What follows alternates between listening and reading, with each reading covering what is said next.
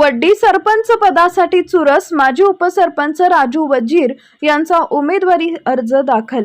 मिराज तालुक्यातील वड्डी ग्रामपंचायतीच्या रिक्त झालेल्या सरपंच पदासाठी राजकीय हालचालींना वेग आला असून गावचे सुपुत्र माजी उपसरपंच आणि प्रसिद्ध सामाजिक कार्यकर्ते राजू वजीर यांनी आपला उमेदवारी अर्ज मोठ्या उत्साहात दाखल केलाय। त्यांच्या उमेदवारीमुळे वड्डी गावातील निवडणूक रिंगणात रंगत निर्माण झाली आहे। लोकप्रिय नेतृत्व आणि सामाजिक कार्याचा वारसा राजू वजीर यांनी यापूर्वी वड्डी गावचे उपसरपंच पद यशस्वीरित्या भूषवले। केवळ राजकारणी न राहता एक यशस्वी उद्योजक आणि संवेदनशील सामाजिक कार्यकर्ता म्हणून त्यांची परिसरात ओळख आहे। रोजगार निर्मिती आपल्या उद्योगाच्या माध्यमातून त्यांनी गावातील अनेक तरुणांच्या हाताला काम मिळवून दिले।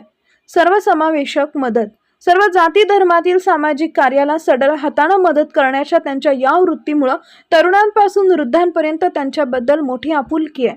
गावच्या विकासाचा ध्यास राजकारणातून स्वतःचा स्वार्थ साधण्यापेक्षा गावच्या विकासासाठी स्वतःला झोकून देणं हेच माझं उद्दिष्ट आहे, अशी भावना राजू वजीर यांनी अर्ज दाखल करताना व्यक्त केली आहे। त्यांच्या या भूमिकेला ग्रामस्थांमधून मोठा पाठिंबा मिळताना दिसतोय।